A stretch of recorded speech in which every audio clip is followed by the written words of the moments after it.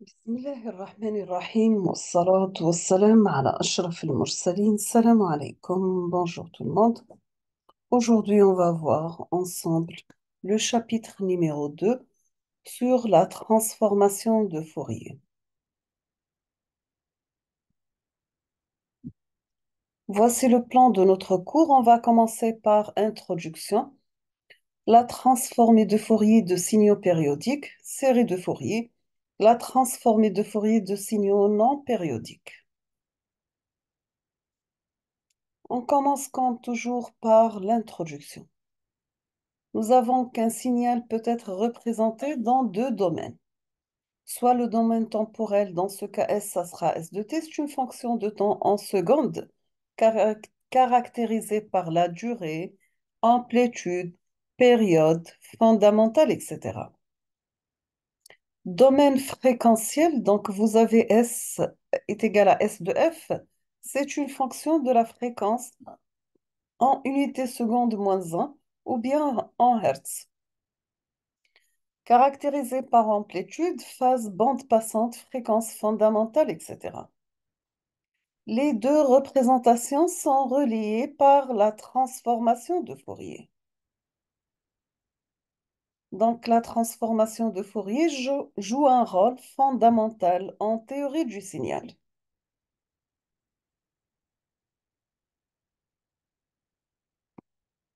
Maintenant, on va passer à la transformation de Fourier de signaux périodiques ou bien ce qu'on appelle la série de Fourier. La définition, si nous avons un signal S de t périodique de période t0, de fréquence f0 égale à 1 sur l'inverse de la période t0, qui vérifie les conditions suivantes. Il faut que S de t absolument sommable, intégrable dans l'intervalle t0, c'est-à-dire si on va calculer l'intégrale de t0 de S de t dt en valeur absolue doit être inférieure à l'infini. Il faut que S de t possède un nombre fini d'extréma dans l'intervalle t0. Il faut que S de t possède un nombre fini de discontinuités dans l'intervalle t0. Dans ce cas, S de t, ça sera développable en une série de Fourier. Donc, S de t est égal à A0 sur 2 plus la somme 1 de l'infini de AN cosinus 2 pi n f0t plus BN sinus 2 pi n f0t. On peut mettre S de t la forme A0 sur 2 plus la somme 1 l'infini de AN par cosinus 2 pi n f0t plus BN sinus 2 pi n f0t. Sachant que AN et BN sont les coefficients de la série de Fourier définis par AN égale à 2 sur la période T0 de l'intégrale de 0 à T0 de S de t par cosinus 2 pi n f0t dt pour n supérieur ou égal à 1. Les Bn, nous avons Bn égale à 2 sur la période T0, un intégral de 0 à T0 de S de t par sinus de pi n f0t dt pour n supérieur ou égal à 1. Et nous avons A0 sur 2 est égal à 1 sur T0, l'intégrale de 0 à T0 de S de t dt. Sachant que A0 sur 2, c'est bien ce qu'on appelle la valeur moyenne de notre signal S de t. Donc, on obtient que S de t égale A0 sur 2 plus la somme 1 l'infini de AN cosinus 2 pi n f0t plus BN sinus 2 pi n f0t.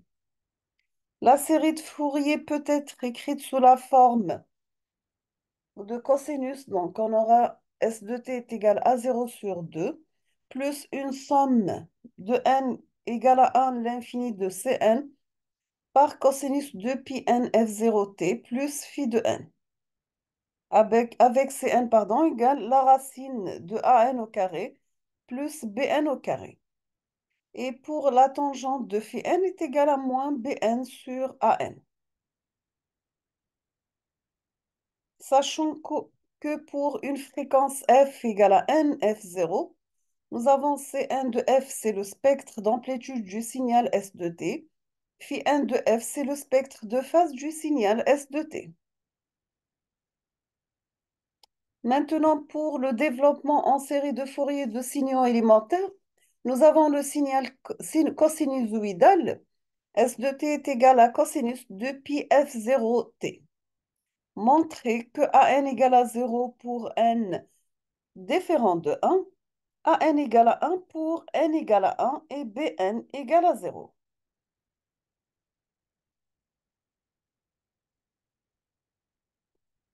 Donc, pour le domaine temporel, nous avons S de t égale à cosinus de pi f0t. Pour les coefficients de Fourier, on a an égale 0 pour n différent de 1, égale à n, 1 pardon, pour n différent, égal à 1. Et bn égale à 0, donc on obtient à la fin que Cn égale à n égale à 0 pour n différent de 1, égale à 1 pour n égale à 1, et la phase phi n égale à 0. Voici la représentation dans le domaine fréquentiel. Deuxième signal, c'est le signal sinusoïdal. Domaine temporel, nous avons S de t est égal à sinus de pi f0t. Pour les coefficients de Fourier, nous avons an égale à 0, bn égale à 0 pour n différent de 1, égale à 1 pour n égale à 1. On obtient des Cn égale bn égale à 0 pour n différent de 1, égale à 1 pour n égale à 0, et on obtient phi n égale à moins pi sur 2. On passe au domaine fréquentiel, donc on a Cn. Voici sa représentation et la représentation de la phase. On passe maintenant au signal carré. Ce domaine temporel, nous avons S de t égale plus S0 pour t compris entre 0 et t sur 2, égale à moins S0 pour t compris entre t sur 2 et t. Pour les coefficients de Fourier, donc nous avons an égale b de n égale à 0. Pour b de n plus 1, ça sera 4s0 divisé par 2n plus 1 multiplié par p. Dans ce cas, on obtient les coefficients Cn égale à bn égale, euh, et la phase phi n égale à moins pi sur 2. On peut mettre notre signal la forme S de t est égal 4 fois S0 sur pi, la somme de n égale à 0 à l'infini, de sinus de n plus 1 par 2 pi f0t divisé par 2n plus 1. Et voici la figure représentée domaine fréquentiel pour les coefficients Cn et pour la phase phi n. On passe à une interprétation pour le signal carré. Si vous avez S de t égale 4S0 sur pi, la somme varie de 0 à l'infini de sinus 2n plus 1 par 2 pi f0t sur 2n plus 1. Dans ce cas, on peut mettre notre signal S de t, la forme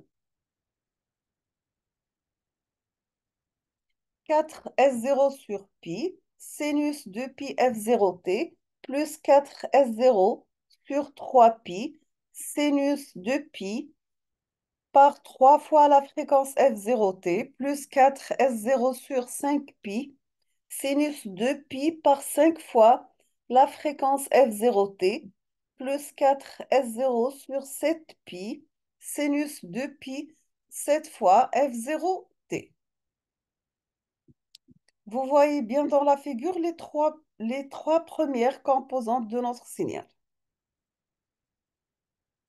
Donc, la figure numéro 1 représente la première composante.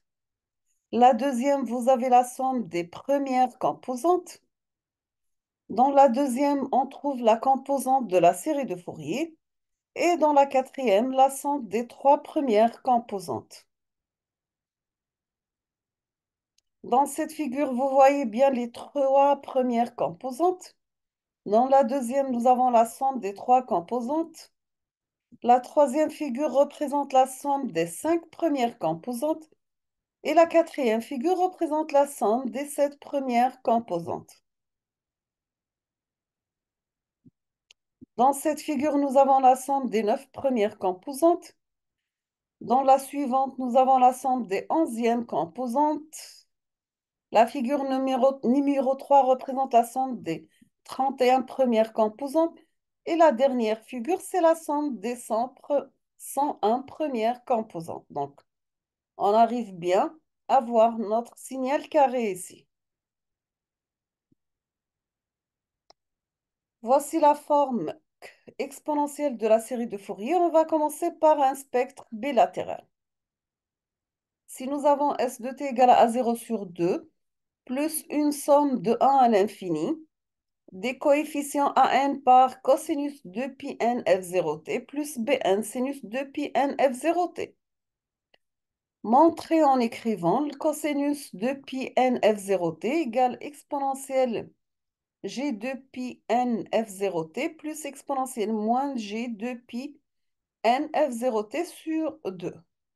Pour le sinus de pi n f0t, on peut le mettre dans la forme de exponentielle de pi gn f0t moins exponentielle moins de pi gn f0t sur 2g.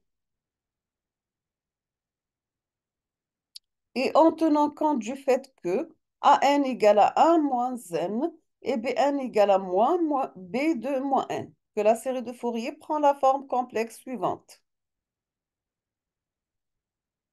Nous avons que S de t est développable en série de Fourier complexe, sachant que S de t égale la somme de n varie de moins l'infini à plus l'infini de Sn par cosinus exponentielle de pi gn f0t avec Sn égale à 1 sur t0, un intégral entre 0 et t0 de S de t par exponentielle moins 2 pi gn f0t dt. Sn, c'est le module de Sn par exponentielle g la phase, phi de n, avec pour S de n égale, c'est la racine carrée des coefficients an au carré plus bn au carré divisé par 2. Pour la tangente de phi n égale moins bn sur an. Maintenant, si on parle du spectre du signal SF, c'est bien le spectre de raies de poids Sn réparti sur l'axe des fréquences positives et négatives. Donc, on obtient S de f égale la somme de moins l'infini à plus l'infini de Sn par Dirac de f moins n f0. Si on voit bien que le spectre complexe présente une partie réelle et une partie imaginaire, ou bien une amplitude et une phase. On obtient S de f égale le module de S de f par exponentielle g la phase phi de f. Donc, est égal la partie réelle de S de f plus g la partie imaginaire de S de f. Pour une représentation distribuée, les contributions de part et d'autre de l'origine des fréquences, on obtient un spectre bilatéral. Seul le spectre unilatéral est un spectre réel. Les fréquences négatives n'existent pas et la représentation complexe permet de simplifier les calculs. Pour le spectre bilatéral des signaux élémentaires, on va commencer par le signal sinusoïdal. Donc, vous avez S de t égale à cosinus de pi f0t. Pour les coefficients de Fourier, nous avons an égale à 0 pour n différent de 1, an égale à 1 pour n égale à 1, bn égale à 0. Dans ce cas, les coefficients Cn, ça sera les an. Donc, égal à 0 pour n différent de 1, égal à 1 pour n égale à 1 et la phase égale à 0. On va mettre S de n la forme an moins gbn sur 2, donc est égal au module de le signal S de n par exponentielle g la phase phi de n. Pour S plus 1, ça sera 1 demi, S moins 1, c'est 1 demi. Donc S de n égale à 0, quel que soit n différent de plus ou moins 1. Pour le spectre du signal, nous avons S de f est égal à 1 demi Dirac de f plus f0 plus Dirac de f moins f0.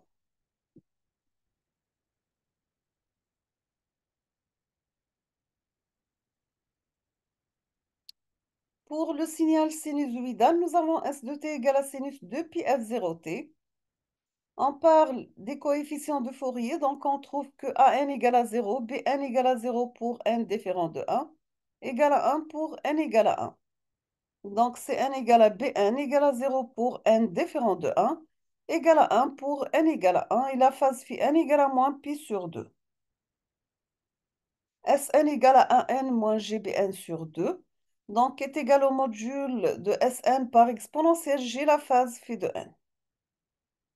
On obtient S de plus 1 égale à moins G sur 2, et S de moins 1 égale à plus G sur 2, et S de n égale à 0, quel que soit n différent de plus ou moins 1. Pour la représentation du spectre du signal, on obtient S de f égale à G sur 2, Dirac de f plus f0, moins Dirac de f moins f0. On va s'arrêter ici. On termine la suite dans dans la prochaine vidéo, Inch'Allah. Donc, je vous remercie infiniment et à la prochaine.